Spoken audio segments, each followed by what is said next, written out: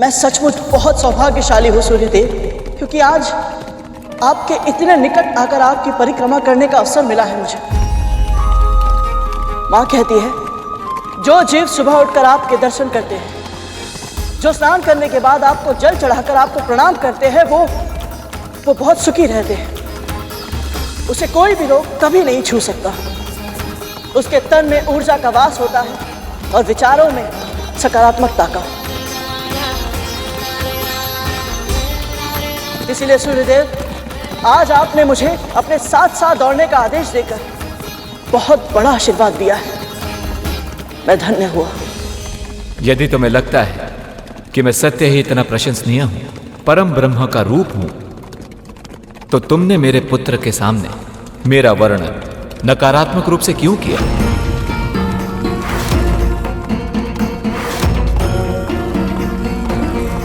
क्या लगा था तुम्हें शनि का ग्रह दूर है तो मुझे पता नहीं चलेगा कि वहां क्या हो रहा है और कौन किसके बारे में क्या कह रहा है? परंतु सूर्यदेव, मैंने तो वही कहा था जो मुझे अपनी मां से पता चला था। और वो सत्य भी था। जो कुछ मैंने कहा और किया वो सब। पर तुम्हें क्या लगता है, मेरे भीतर के परम ब्रह्म ने अपने ही पुत्र के साथ ऐसा दुर्व्यवहार क्यों किया था?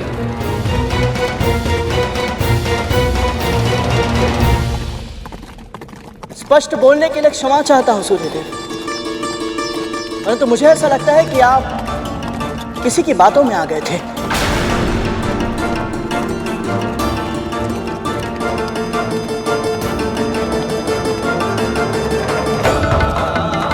कौन है वो जिसने तुम्हारे अनुसार मुझे उकसाया था? किसकी चर्चा कर रहे हो तुम? महादेव शिव शिव शिव शिव।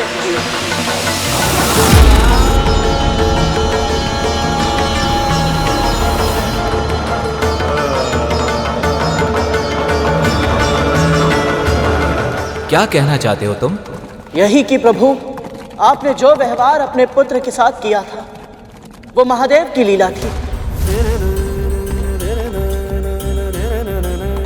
उन्होंने सब कुछ पहले से ही निर्धारित कर लिया था। वो ये भी जानते थे कि आपसे कुछ नहीं छिप सकता। इसलिए आपका पुत्र ही प्राणियों को उनके कर्मों का फल देने के लिए सबसे अधिक योग्य होगा। और वो ये भी चाहते थे कि शनिदेव को इतनी बड़ी शक्ति देने से पहले वो उनके व्यक्तित्व से अरिष्ट वर्ग अर्थात सभी 6 विकारों को दूर कर दे, ताकि शनिदेव निष्पक्ष होकर न्याय कर पाए। आपने भी इस लीला में उनका पूरा साथ दिया था प्रभु। सबसे पहले आपने अपने तेज को इतना असहनीय बना दिया कि आपकी पत्नी देवी संज्ञा अपनी छाया को साकार रूप देने पर विवश हो गई। आप दोनों जानते थे कि छाया में अहंकार नहीं होता, वो सदैव साथ चलती है। बस फिर हुआ वही जो आप चाहते थे। देवी छाया ने अपने गुण अपने पुत्र को भी दिए। इसीलिए शनिदेव में शक्ति तो बहुत है, परंतु अहंकार तनिक भी नहीं। पहला लक्ष्य प्राप्त करने के बाद आपने देवी छाया और उनके पुत्र शनिदेव का तिरस्कार किया। उन्हें कम आयु में ही इतना अधिक क्रोध दिलाया कि उनके भीतर का ज्वालामुखी फट पड़ा। तब उन्हें आभास हुआ कि क्रोध से केवल विनाश ही होता है। फिर उन्होंने कठिन तपस्या की और अपना सारा क्रोध त्याग दिया। और शिवजी ने यह भी निश्चित किया कि शनिदेव को छाया मां से वो उपयुक्त संस्कार मिले जिसे वे दंडाधिकारी बनने के योग्य बन सके। पर पुत्र, एक बात हमेशा याद रखना, 100 दोषी मुक्त ही क्यों न हो जाएं, पर एक भी निर्दोष को दंड नहीं मिलना चाहिए। फिर महादेव ने उन्हें वरदान स्वरूप दंडाधिकारी का पद दिया और ग्रहों में स्थान भी। पर फिर भी आपने उन्हें स्वयं से दूर ही रखा और एक साधारण लौ से बना आसन दिया, ताकि उनके भीतर किसी भी प्रकार का लोभ पनप ही ना पाए। आओ शनि, अपना स्थान ग्रहण करो।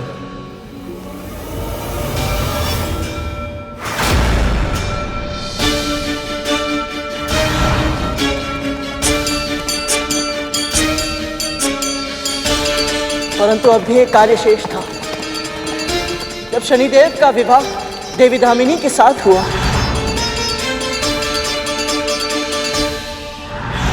तो आपको ऐसा लगा कि उनके भीतर काम वासना जाग सकती है और उन्हें अपने कर्तव्य पथ से भटका सकती है।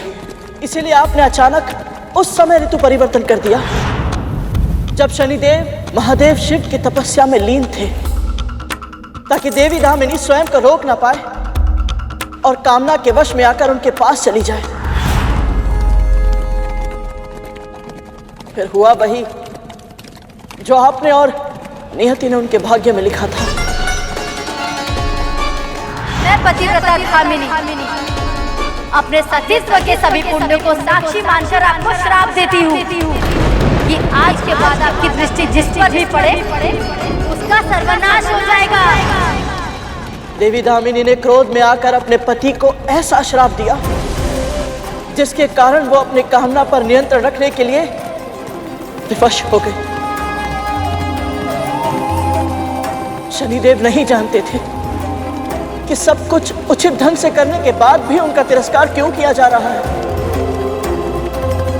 जब संसार से मोह हटा तो उन्होंने अपने हृदय में प्रभु के प्रेम को स्थान दिया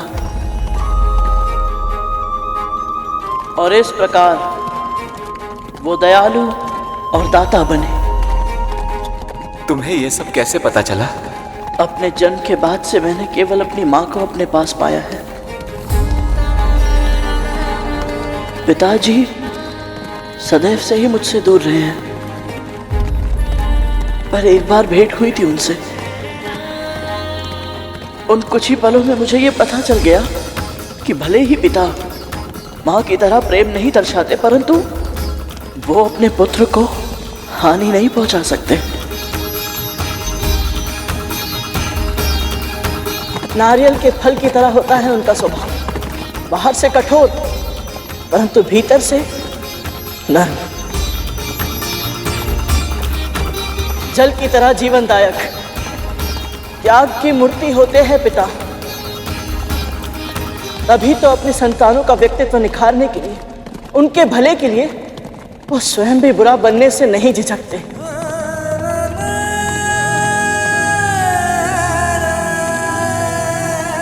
तुमने पुराने घावों को कुरेद दिया है गरुड़। तुम्हें कल्पना भी नहीं है कि यह सब करना मेरे लिए कितना कठिन था।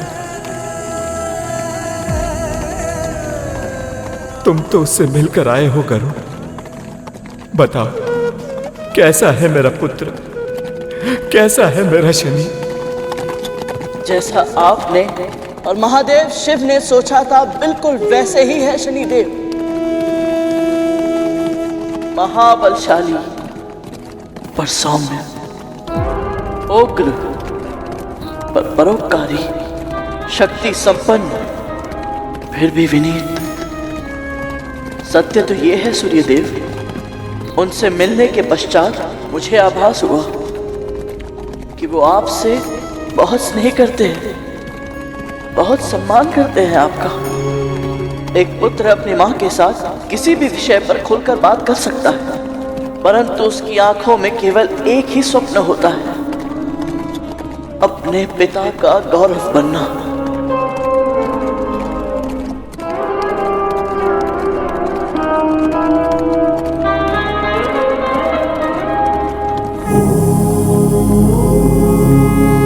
गरुड़ ने सूर्यदेव से यह बात कहकर उनके मन के भार को हल्का कर दिया।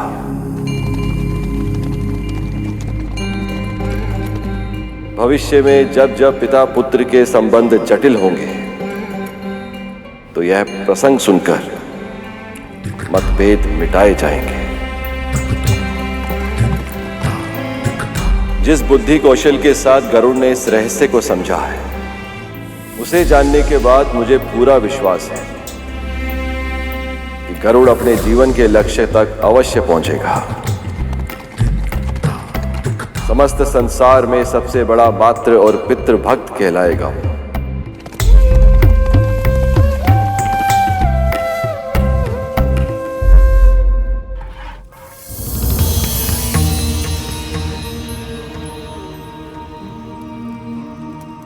गरुड़ और अन्य पुत्र अभी तक आए क्यों नहीं?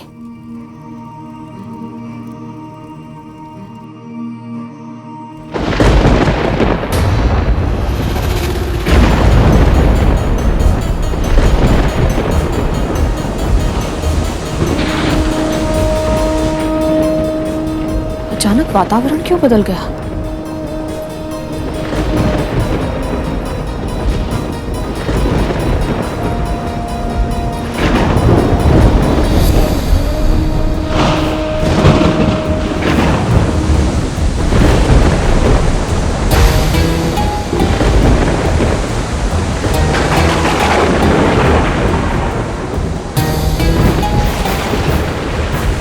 हे नारायण, मेरे गरुड़ की रक्षा करना।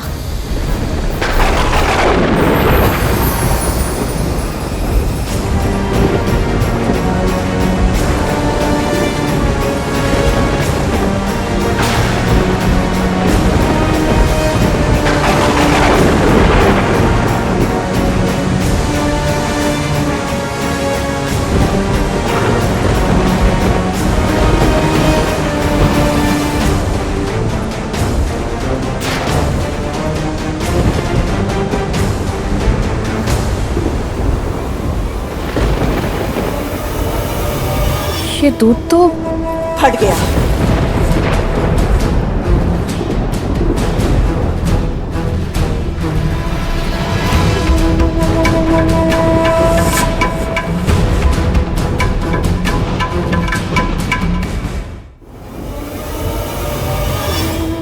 क्या किया ये तुमने? मैंने कुछ नहीं किया महारानी। अचानक वायु तीव्र गति से चलने लगी और दूध में कुछ गिर गया और दूध फट गया। पर दूध का ऐसे अपने आप फटना शुभ संकेत नहीं है। पता है मुझे, और ये भी पता है कि तू ये सब कुछ जानबूझकर कर रही है ताकि मेरे मन में शंका बैठ जाए। जैसे मैंने तेरे पुत्रों के जन्म के समय तुझे भयभीत किया था, बिल्कुल वैसे ही तू भी मुझे भयभीत करना चाहती है ताकि तेरा प्रतिशोध पूरा हो सके। किस प्रतिशोध की बात कर रही हैं आप? मेरे पुत्रों के साथ जो कुछ भी हुआ मेरे कारण हुआ, मैंने किया था। उसके लिए आपको कभी दोष दिया ही नहीं तो प्रतिशोध लेने का तो प्रश्न ही नहीं उठता।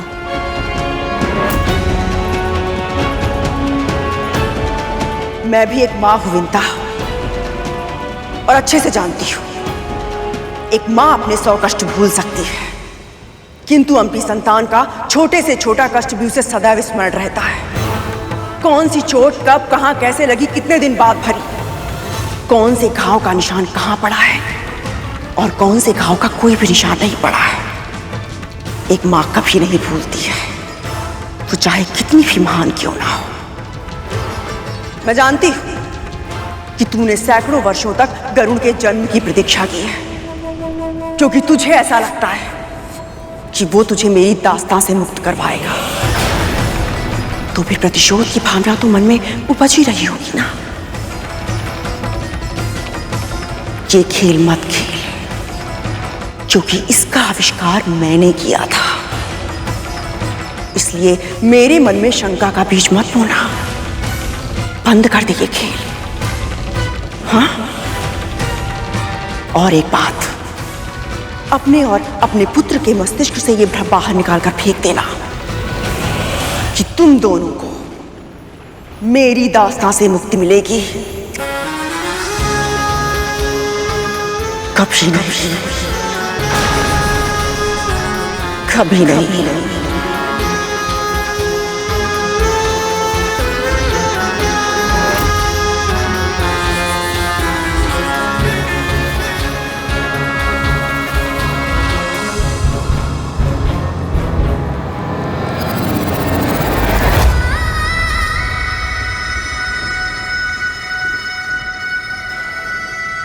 गरुड़? माँ, क्या हुआ गरुड़?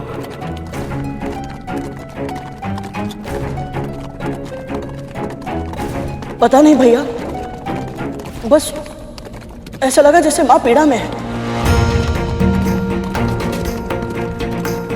हो सकता है लौटने में मुझे बहुत देर हो गई है, इसलिए माँ मेरा स्मरण कर रही है। गरुड़, मैं जानता हूं तुम मुझसे कुछ मांगने आए हो, पर उसके लिए तुम्हें मेरे साकार रूप के पास जाना होगा।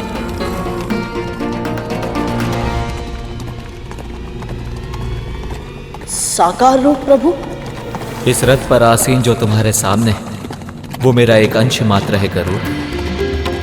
मेरा संपूर्ण रूप तो सूर्यलोक में ही विद्यमान है, और अरुण का सत्य रूप भी तुम्हें वहीं मिलेगा।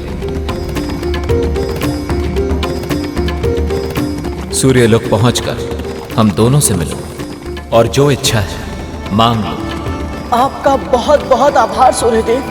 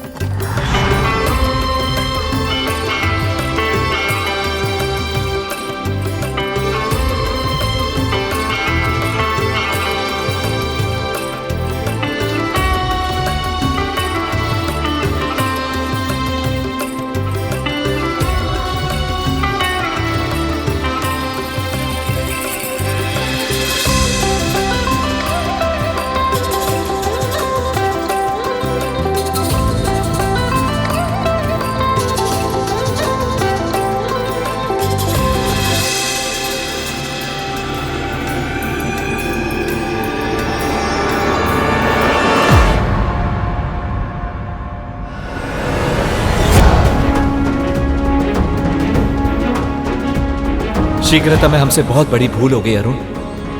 हम गरुड़ को बाल खिल्लिया ऋषियों के बारे में सतर्क करना तो भूल ही गए।